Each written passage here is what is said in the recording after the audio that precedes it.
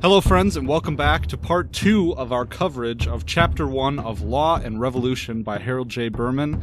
This is episode number 97, and as always, the show notes may be found at libertyweekly.net/97.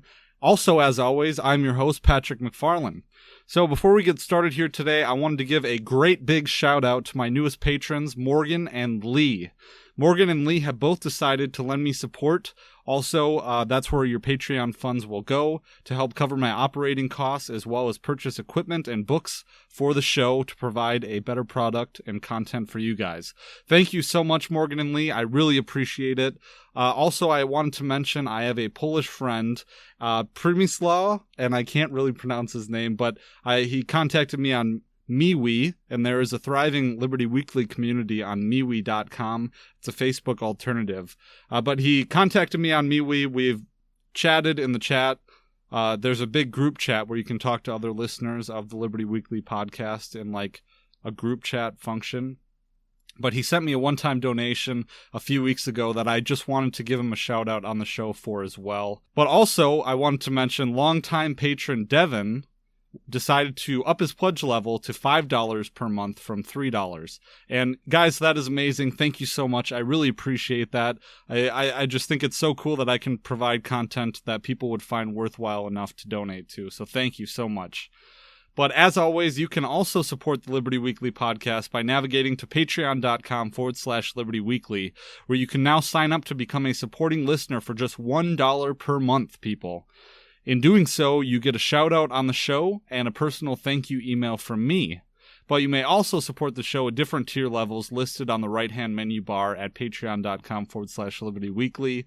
$3 a month will get you access to audio extras. $5 per month will get you access to video extras of the show. But also you can check out all the tier levels at patreon.com/Liberty Weekly. There are tons more bonuses there to discover. And I just have to mention too, don't forget about my Amazon affiliate link at libertyweekly.net/Amazon. Just go there, do your regular Amazon shopping, and I will get a small cut that I use towards new books for segments like these. Oh yeah, and I just got Instagram, so follow me on Instagram. I'm liking it so far, but to find me, just search Liberty Weekly or go to instagram.com/Liberty Weekly. I'm throwing some spicy memes out there that you might enjoy. So thank you all for hanging in there through the beginning announcements. I've been trying to keep the beginning segments of the show more brief in recent episodes. I've kind of digressed from the video format. It was taking up way too much time, and I don't think really adding too much to the show. More on that later, along with some more important announcements, but stick to the end of the show for that. I'll dive right into the content here. So this week, we will be continuing our coverage of Chapter 1 of Harold J. Berman's book, Law and Revolution, The Formation of the Western Legal Tradition. And if you'd like to check out the book for yourself and follow along, go ahead and purchase it through our Amazon affiliate link in the show notes at libertyweekly.net/97, or navigate to libertyweekly.net/law and revolution. That will take you to the Amazon affiliate link. But in the last episode, we discussed the structure of the Germanic Folklaw, which is a system that Berman describes as being a, quote, legal order, as opposed to being a legal system.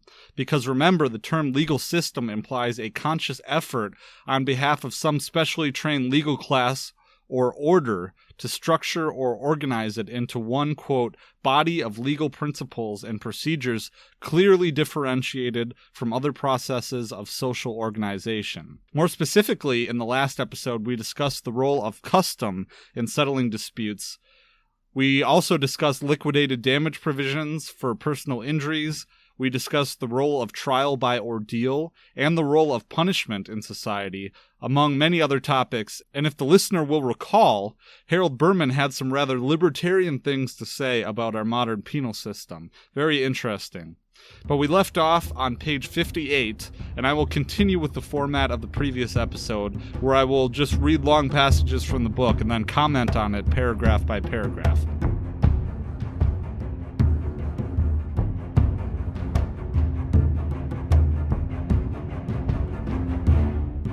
Okay, so we left off on page 58, talking about how these systems of customary law had very high community engagement levels, where, again, you didn't necessarily need a legal class of lawyers or judges. And not to say I don't want to be going through this series saying that I actually think an anarcho-capitalist or a free market legal situation would look like this, where you have competing arbitration services. And actually, the term arbitration itself carries a coercive, like the way that the term arbitration is used in modern parlance. Arbitration is a binding resolution of the parties. Whereas mediation is an attempt to make the parties settle. But in our current system, arbitration does carry the judgment of the court. Not to get too off topic here, but Andrew Kern has done a lot of work on, and he actually argues that the non-aggression principle, and sorry, Andrew, I know you listen to this program, but and I hope I don't butcher your point, but he would argue that we focus too much on the non-aggression principle when actually, when you get down to the nitty-gritty of it, the non-aggression principle is not, it doesn't actually help us in disputes where there are gray areas. And I tend to agree with Andrew. I do think that the non-aggression principle is very useful when it comes to deciding disputes and using as like a rule of thumb. But when you get down to the nitty-gritty, I think the real world has a lot of gray areas. And then again, you could have jurisprudence on what the courts have determined the non-aggression principle to mean in certain instances, in certain case law, in certain disputes. So I haven't really developed my opinion on that yet, although I know the point that Andrew is getting at when he says that what we're talking about, and we don't want to be libertarian dictators, but really what we're talking about is a situation in which there's a free market in terms of arbitration services. And I think this is, in a sense, I think it's kind of a utilitarian argument, one that David D. Friedman does make in The Machinery of Freedom, which is a book that I've kind of taken from and adopted how he thinks. He kind of argues that he thinks that in a system of private arbitration where you would have polycentric law, competing arbitrators, it would by necessity have to be libertarian, because in order for the law to not be libertarian, it wouldn't be economical. You would have lots of different, it just wouldn't be economical. You couldn't enforce these laws without incurring massive expenses, and without coercively stealing people's income, you wouldn't be able to sustain it. So apologies for that little aside. I just kind of went off on a tangent there. But I don't want to be framing throughout this series, like I said, that this is the libertarian ideal, that what we're talking about in the Roman customary law. But customary law is very interesting, and there are certain libertarian things about it. I just don't necessarily think that it is a point that we should be trying to go to. We can learn things from it, but it's not the end game. So that's where we left off, folks. But Berman continues, the system of trial by ordeal was combined with and sometimes replaced by trial by ritual oaths. First came the 4 oaths. For example, a party claiming boat for the theft of cattle would swear, by the Lord, before whom this relic is holy, so I prosecute with full folk right, without fraud, without deceit, and without any guile, as was stolen from me the cattle that I claim and that I have attached with the defendant. The opposing party would then swear a denial of this claim. For example, by the Lord, I was not at reed nor at deed, neither counselor nor doer, where were unlawfully led away the complainant's cattle. Or as I cattle have, so did it come of my own property, and so it by full right my own is, and my rearing.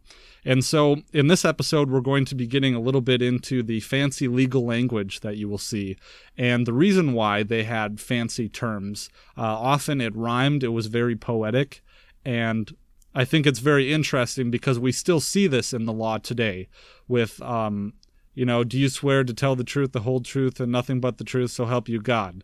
And that's not necessarily the oath that they say in courts nowadays, but that's one that everyone will know. And I think that the specialty of this legal language is really illustrative of where the power in this law, in the customary legal system, comes from. And in a lot of ways, we still have that, where there's this idea of the law of the land, not necessarily of the common law, but we do this way because of tradition, because this is how we've always done it. There's sanctity in this, sanctity in the way that things have been done for a very long time. So returning to the text, these oaths open the lawsuit. The moot would then decide which party should be allowed to give the oath of proof. On the appointed day, both parties would appear, and the party allowed to give the oath would swear to a set formula. To complete his oath, however, he would have to have a number of compurgators or oath helpers swear to supporting formulas. The number of required oath helpers depended on their where and on the offense being tried. They might swear, for example, quote, "By the Lord, the oath is clean and unperjured," or in brackets, "the complainant or the defendant has sworn." All the four oaths, denials, final oaths, and supporting oaths had to be repeated flawlessly, without slip or trip, if they were to succeed. All were cast in poetic form, with abundant use of alliteration, which makes this episode very hard to pronounce. For example, an oath used in suits affirming title to land read as follows, quote, "So I hold it as he held it who held it, as saleable, and I will own it and never resign it. Neither plot nor plough land, nor turf nor toff, nor furrow, nor foot length, nor land nor leaso, nor fresh nor marsh, now nor rough ground, nor room, nor wold, nor fold, land nor strand, woad nor water." And apologies, I'm probably mispronouncing some of these, but yeah. The formality of proof and its dramatic character were connected with the fact that the law was almost entirely oral, so this is another reason. Quote, "So long as law is unwritten," Maitland states, "it must be dramatized and acted. Justice must assume a picturesque garb, or she will not be seen." Maitland's remark echoes that of the 19th century German historian and linguist Jakob Grimm, who speaks of, quote, "the sensuous element in Germanic law as contrasted with the more abstract or conceptual element which is prominent in more, quote, mature legal systems. The expression of legal rules in poetic images helped to stamp them on the memory. Among common phrases were unbidden and unbought, so I with my eyes saw and with my ears heard, quote, "foulness nor fraud, house and home, right and righteous, from hence or thence." The law was contained in a multitude of proverbs. The earliest Irish law was expressed in the form of poetry. And this is very interesting, too. In some sense, I do think this continues, but this is also reflected in Beowulf, which actually J.R.R. Tolkien was the foremost expert on Beowulf. But we had to read this for this one thing that I actually learned with my English degree. I went to the University of Minnesota, and we had to study Beowulf. And we read the Seamus Heaney translation of it. And it was so poetic and beautiful in a lot of ways. And I think it was a testament to the fact, and back in the day, because Beowulf was just entirely an oral story that was passed down, there's no...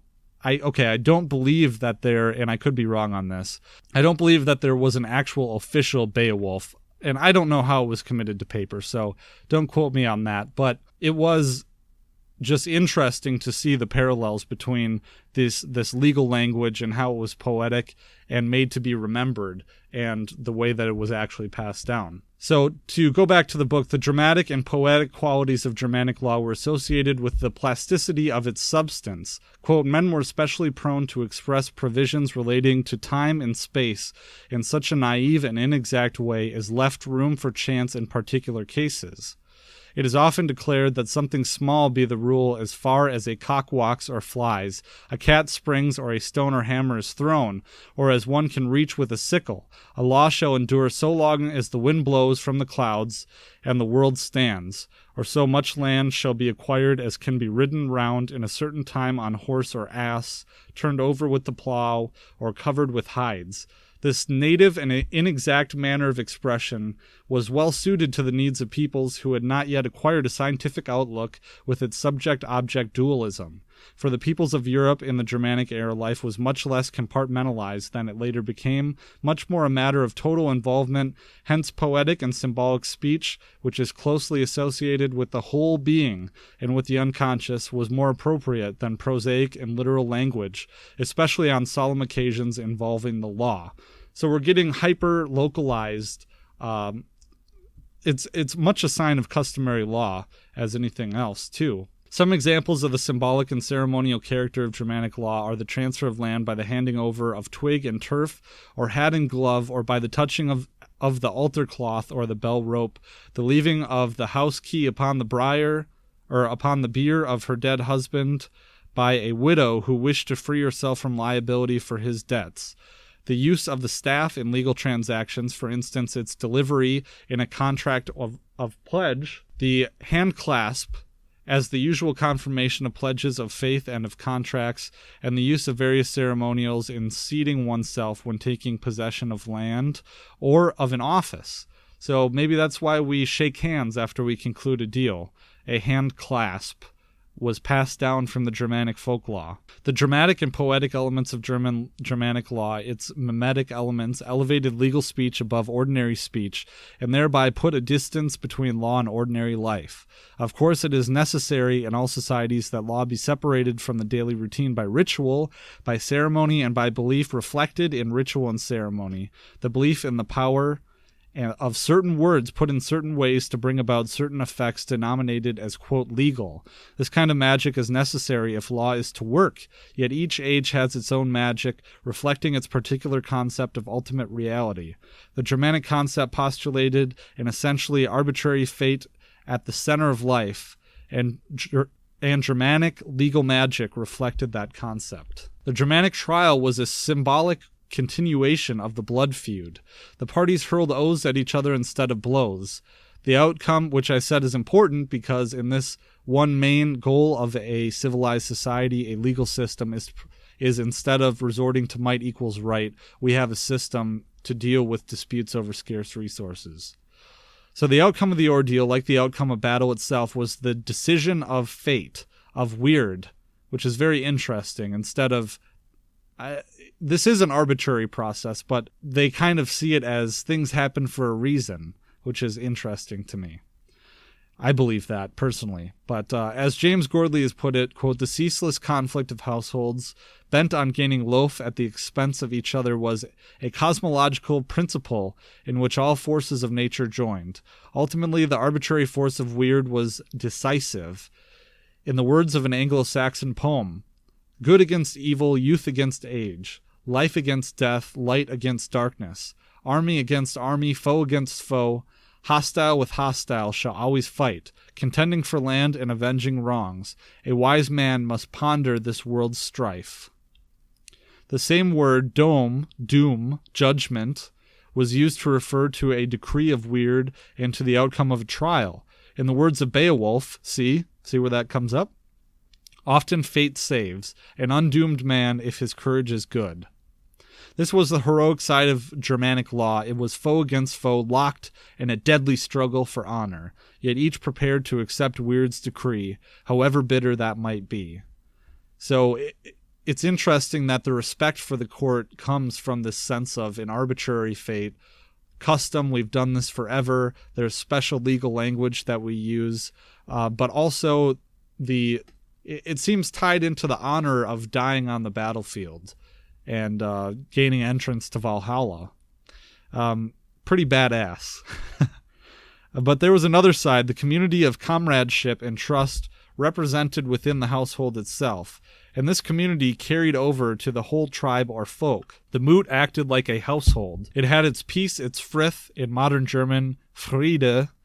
It assembled not only to decide disputes, but also to give advice and to consult and discuss problems in an amicable way. It was concerned with establishing justice, Writ, in modern English, right in modern German, Recht. The wise men, the Witan, or Witan, knowing ones, the witnesses, gave their opinions in an effort to hold the assembly of households together. So instead of having 9 robed justices that are unelected, we have people in the household going to the wise men, respected men in the community who had earned the respect of everyone in the community. Also, the tribe, the folk, sought to protect itself by acting collectively against wrongdoers. The judicial outcry, called in the Anglo-Saxon law the scream, or the hue and cry, out, out, was the signal for all to join in the pursuit of the offender. A corollary of this was the characteristic penalty of outlawry in the case of the most serious offenses. Theoretically, at least, none were permitted to communicate with the outlaw, and he died from starvation and exposure. So we have people who It seems like outlaws were people who were criminals, but perhaps an outlaw was someone who refused to submit to the judgment of, you can see the wise men. I think that in an anarcho-capitalist society, we would have people would, I discussed in the first episode too, is that the biggest question that I get from people in the legal system that I interact with, and we stumble upon this topic somehow. I wonder how that happens. But the biggest thing that they mentioned to me is that they don't know how in our system, without the coercive authority of the court, how would we get people to submit to the judgment of the court? Well, what would happen, and I'll try and be brief on this tangent, but I think what would happen is who is going to enforce your contracts if you won't, who will arbitrate your contracts if you refuse to sign up and have a arbitration service? You'd have no recourse for anyone else if they were to do wrong to you. In this case, in the Germanic Folklaw, none were permitted to communicate with the outlaw, and he died from starvation and exposure. And I think I mentioned this to my mom when we were talking once about this system, and in some ways she made the objection that in some ways excommunicating someone and pushing them out of your community seems like a fate worse than using coercive violence. I'll leave that for the listener to ponder. I think it's a point that has some validity because it is, in some way you are coercing them. You're not using violence, but in some ways you are coercing them. But my counter would be is that, well, it's their decision. It is their decision not to submit to some kind of dispute resolution agency. So therefore, they are left out in the cold. You could coerce them into doing your bidding, where as opposed to in this situation where you excommunicate them, either you come be a part of our club or you can't be with us. That's kind of a freedom of association type of thing, I would argue, as opposed to submitting to violent coercion. But the symbol of, going back to the text here, the symbol of Mund and Frith, protection and peace, which characterized the household and the folkmoot, was at the same time the symbolism of surety, pledge, and hostage. It was the symbolism of the oath and of the dramatic performing of handshakes and other ceremonial acts of peace. By swearing oaths and placed themselves under the protection of the gods, and later of God, the parties acquired the degree of trust necessary to enable them to submit, when they did, to the ordeals or to accept sureties, pledges, and hostages for boat and wear. They could not violate their oaths without threatening the very basis of household and tribal life, which was itself founded on oaths. So it's interesting here, what I was just reflecting on was this idea of excommunicating someone from your community, or trying to get people to submit to the judgment of the courts. I think it's a cultural thing. In our society, where you're raising people up from the cradle to look to the state to solve their problems, I think you would have people be a lot more open to working with people in the community, as opposed to nowadays the court is the state. The court is the state monopolizes the court, so it's a dictation instead of a come work with us kind of thing. And in fact, it seems from this line, they could not violate their oaths without threatening the very basis of household and tribal life, which was itself founded on oaths. We have the state worship where people have associated the state with civilized society.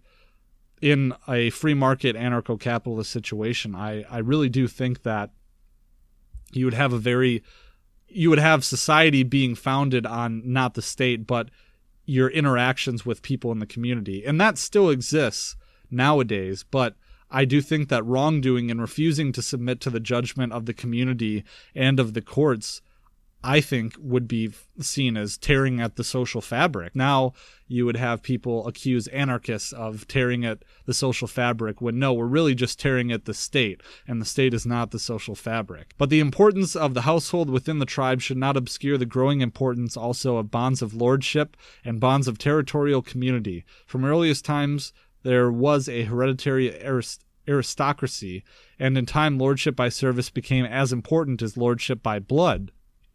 Quote, loyalty to a lord had been a consistent theme of epic poetry, writes H.R. Loyan. From the reign of Alfred from 871 to 900, and it should be added among the Franks at least from the reign of Charlemagne a century earlier. It became the cardinal moving spirit in the molding of society.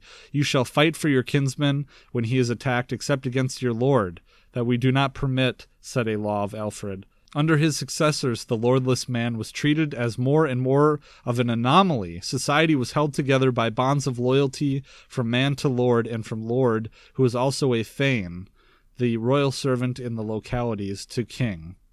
Just as bonds of lordship led to the king as great lord, so the bonds of territorial community led up to the king as ruler of the whole land. Yet, as Loyen states, quote, there was no conflict between kindred power and secular lordship, and similarly there was no conflict between kindred power and territorial community. The household of the lord was similar to households within the tribal community, and the households of the king as ruler of the whole land was also similar to households within the tribal community. All were caught up in the paradigm of Weird and Loaf, Mund and Frith, Boat and Ware, Bore and Wed. All were founded on oaths of mutual protection and service. And I have this highlighted. So, in my Magna Carta episode, I was talking about how the Magna Carta actually harkened back. It was a backwards-looking document where people were trying to regain the liberties that they felt they had had in antiquity. And a lot of it was after the Norman invasion. If I'm getting my timeline right, the Magna Carta came after the Norman invasion, and people were hearkening back to this time of the Anglo-Saxon kings. And you see, it's very interesting. Things were founded on oaths of mutual protection and service. The kings actually had some reason to take care of their people because some of it was based off of having some kind of mutual protection and service, these arrangements here. And this is where this idea of the Constitution, although imperfect, the idea of the Constitution came from. There are some things that the government just can't do. And if they do these things, then the people should have recourse. There's mutual obligations on both ends. So this idea of constitutionality, well, it was framed as being a rather brand new thing, at least in terms of public school. When you go, it's this great idea of democracy and limited government and popular sovereignty, if you even get that deep. Well, it looks like, at least from the research and the work that I've done, it looks like this was a very old idea, very deeply rooted in the idea of Western civilization. But it says, all were part of a legal order which resolved conflict by the, quote, binary opposites of feud or competition of feud, or feud or composition of feud, proof being by ordeal or by compurgation. Other characteristic institutions of this legal order were judicial outcry when an offense was discovered, in Latin clamor, from which is derived the legal word claim, very interesting, in Anglo-Saxon hukrim, from which is derived the word scream, outlawry involving forfeiture of all goods and liability to be killed by anyone with impunity, and noaxal surrender, that is, surrender to the victim of the object or slave by which the offense had been committed. So you have this term outlaw, and that's why I think that a polycentric legal system with voluntary assent to the judgment of the courts is not something really to be laughed at or laughed out. This term outlaw, the idea of an outlaw, someone who will not submit to the law. Therefore, they don't deserve the protection of the law. Furthermore, legal historians have given to this type of law the name archaic law. In its main outlines, it was characteristic not only of the German peoples in the period prior to the late 11th century, but also of all Indo-European peoples from Kent to Kashmir at one time or another in their development. Of course, there were a great many local differences from place to place and a great many changes over time. Nevertheless, there was a common legal style. All right, we're coming to a new section here. There's only a couple more pages, and I have heavy notes in the margins and lots of highlights. So I think that we'll go through the next few pages here and then call it a day. But this new section is called The Dynamic Elements in Germanic Law, Christianity and Kingship. The Germanic Folk Assembly, or Moot, not only issued dooms, judgments in particular cases, but also issued general decrees, which were likewise called dooms. The dooms, however, were not considered to be legislation in the modern sense. They were regarded rather as divinely inspired affirmations of ancient custom. They were the will of the gods, or after the introduction of Christianity, the will of God himself. They had an objective reality. Okay, so there's lots of meat here to pick apart. So we're looking back and respecting the law, both because if you didn't, you were an outlaw and didn't deserve the protection of the law itself, but also you're looking back to antiquity, something sacred, something foundational to the social fabric, but also to life itself. And we're also dealing with ideas of objective reality here. Lots to pick apart for you postmodernists. But the wise men of the assembly were not called legislators, but law speakers. The law which they spoke was binding because it was old. It was old because it was divinely instituted. Right changed slowly and surreptitiously. Overt changes in the legal order required very strong justification.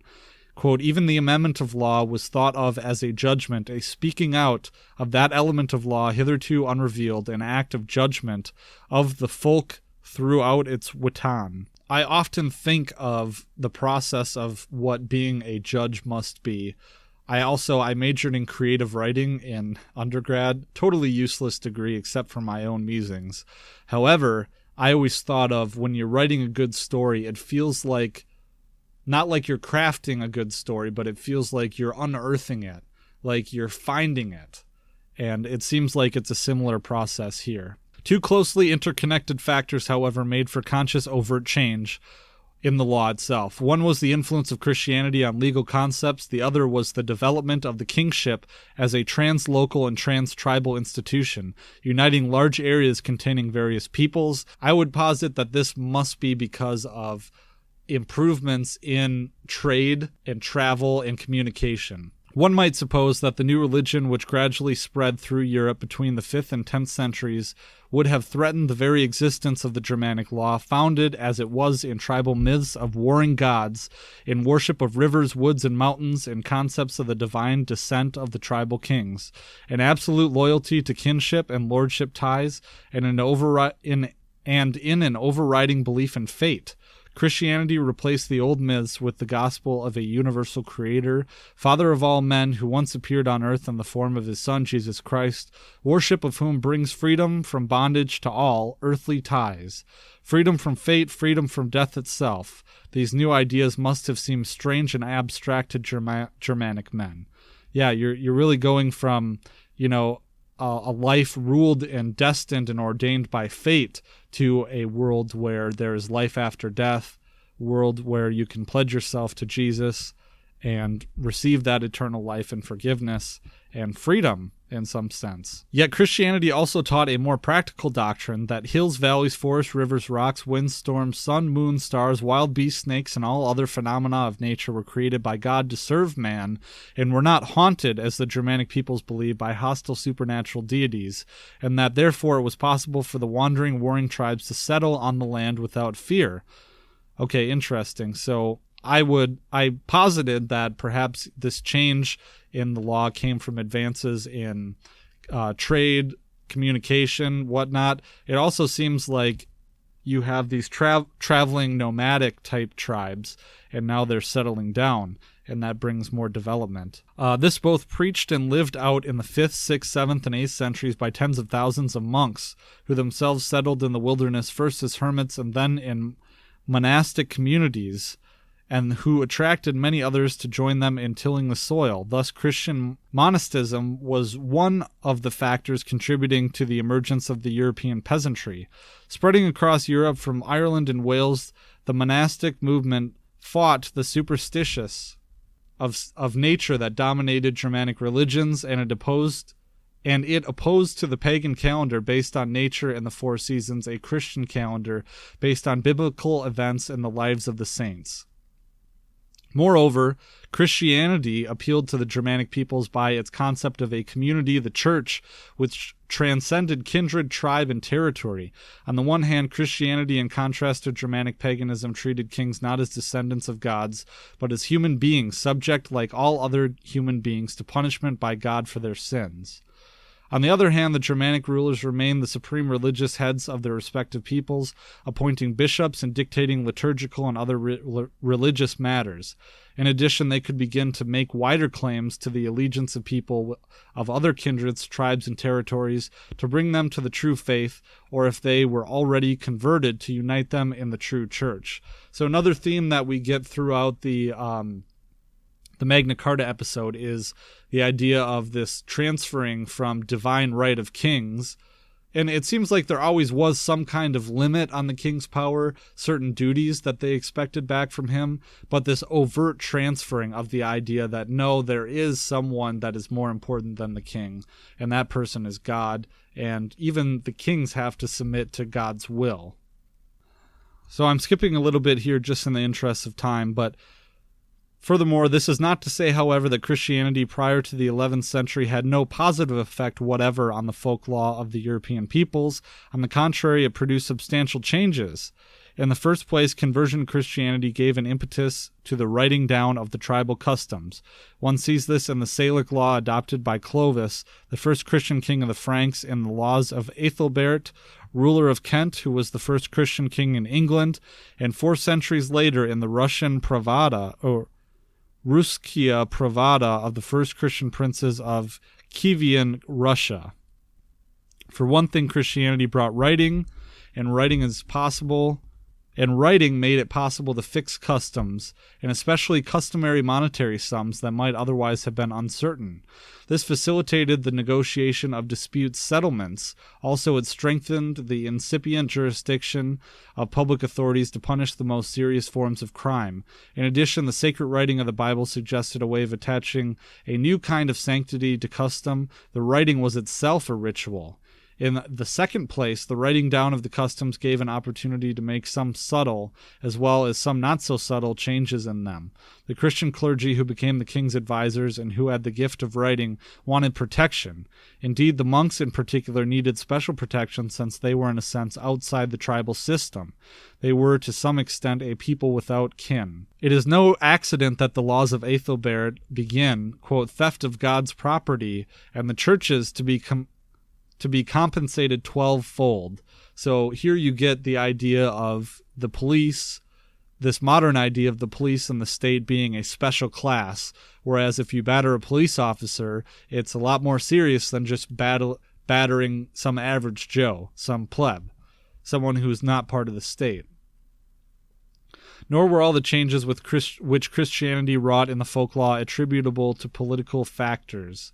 In the long run, moral factors probably played an even greater part. The Germanic codes contain strong exhortations in favor of more just and more humane legal values. The laws of King Alfred, for example, start with the 10 Commandments and a restatement of the laws of Moses, a summary of the Acts of the Apostles and references to the monastic penitentials and to other laws of the Church. Alfred's laws themselves, although largely consisting of a recapitulation of earlier collections, contain such striking provisions as, quote, doom very evenly, doom not one doom to the rich, another to the poor, nor doom one to your friend, another to your foe. Christianity broke the fiction on the immutability of the folk law. Gradually, between the 6th and 11th centuries, Germanic law, with its overwhelming biases of sex, class, race, and age, was affected by the Christian doctrine of the fundamental equality of all persons before God, woman and man, slave and free, poor and rich, child and adult. These beliefs had an ameliorating effect on the position of women and slaves and on the protection of the poor and helpless. Christianity also enhanced the role of kingships in the development of the folklaw during the period prior to the late 11th century, and especially the king's responsibility to see that tribal justice was tempered with mercy and that the poor and helpless were protected against the rich and powerful. In the 8th, 9th, 10th, and 11th centuries, Frankish and Anglo-Saxon kings were considered to be appointed by God to act as judges in extraordinary cases. As they moved about their realms, and they were continually moving, for there were few means of communication. They heard cases for mercy's sake, cases of widows or orphans or men who had no families to protect them, or no lords, cases of the very worst crimes for which no money payment could be make satisfaction. This was part of their spiritual jurisdiction as patriarchs of their people. And in a lot of ways, this is where you start to get the state subsuming crimes against the common person. It really seems like this is the very beginning of it, the influence of Christianity. And as I mentioned in the Magna Carta episode, it was when the Norman invasion happened too, that the kings, not just doing this out of altruism as is framed in this paragraph that I just read, but the kings also realized that this was a way to make money. So they would make crimes against private parties, crimes against the king's peace, and take a sweet, sweet cut and use it to fight their wars. Okay, so I think that's where we're going to leave it for this episode. There's a few more pages left of that section where I started talking about Christianity's influence on the Germanic Folklaw. And we're going to get into that in the next episode. We'll see how much that takes. But there's so much good information here. And this is why this is going to be a series where we talk about the Germanic Folklaw and the Anglo-Saxon Folklaw as well. There's just so much to go over here. And this book is so deep. It has so much to go through it. And there's a lot to unpack as well. And to try and see how I see this applying to our modern system, or how this all relates to libertarianism. There's no clear-cut answer here, just kind of taking it piece by piece.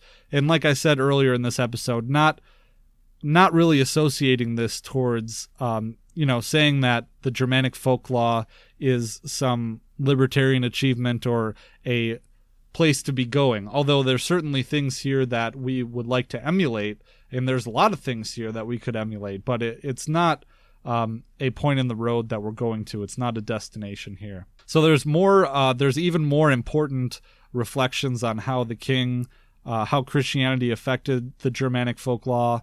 And then later on, we get into broad brushstrokes about what this means. And I think that'll be a really interesting episode too. So maybe in the next episode, we'll talk more about how the Christianity influenced the kings. And then if we have time, we'll squeeze in the broad brushstrokes, but then we'll leave that to another episode. So I hope you've been enjoying this series on the Germanic Folklaw. It's certainly something that I've been meaning to dive into with some sort of depth. And there's even more to look into here. So, yeah, and that's all I really wanted to reflect on. I said I had left some announcements towards the end of the episode, but I think it's just going over. I don't think that I'm going to be doing a lot more long-form video episodes unless it's an interview, because I just wasn't really liking the way that those episodes were developing, and I like to shake things up every now and then just to try and discover new ways to do the show. Keep things fresh, but also try and improve as I'm going along here. I've been doing the show for about 1.5 years now, and so there's some big changes as well coming to the show in November, I believe, and I think you'll really like those changes. I certainly am excited for it. But as I said in the beginning of the episode, I'm doing a lot more with Patreon. Sign up for my email list as well. I have it. You will get you will get emails, automatic emails notifying you of every episode that drops and directing you to the show notes page at libertyweekly.net. And so that's a new thing. I've been trying to write out emails, but it takes up a lot of time as well. So maybe a goal for the future is to put out some more email content. I am working on an ebook that I think you'll like, is how to interact and talk with police. And I think that will be very valuable for you guys to have. It won't be legal advice per se, and you should certainly always consult an attorney about things like this, but constitutionally speaking, your rights when speaking to police. There's also important resources that have this, like the ACLU has a book, and the Rutherford Institute with our friend John W. Whitehead has a good book. But I'm going to be creating my own flavor, and I think that'll be important too. So it'll be a free ebook for everyone. It'll have that information in it, as well as some sharing links, sharing the show, and some affiliate links that's an evergreen driver for content. So I'm looking forward to putting that out. But don't forget about those Patreon bonuses, as I mentioned earlier, patreon.com/Liberty Weekly. Also, my Amazon affiliate link. Be sure to check that out. It is how I can afford to buy some more books for this podcast. And it definitely helps me out. So thanks so much, guys, for listening. Thanks again to all my Patreon donors. Really appreciate it. And don't forget, please, to share the show if you enjoy this content. I think there's a lot to be learned in the libertarian community from the work that I'm doing. And it certainly wouldn't hurt if you guys told everyone about it, shared it on social media, gave me a rating and review on iTunes. I really do appreciate that, guys. So thanks for coming back for the second episode of our series on the Germanic Folklaw, and I hope that you will be returning for more content on this awesome topic.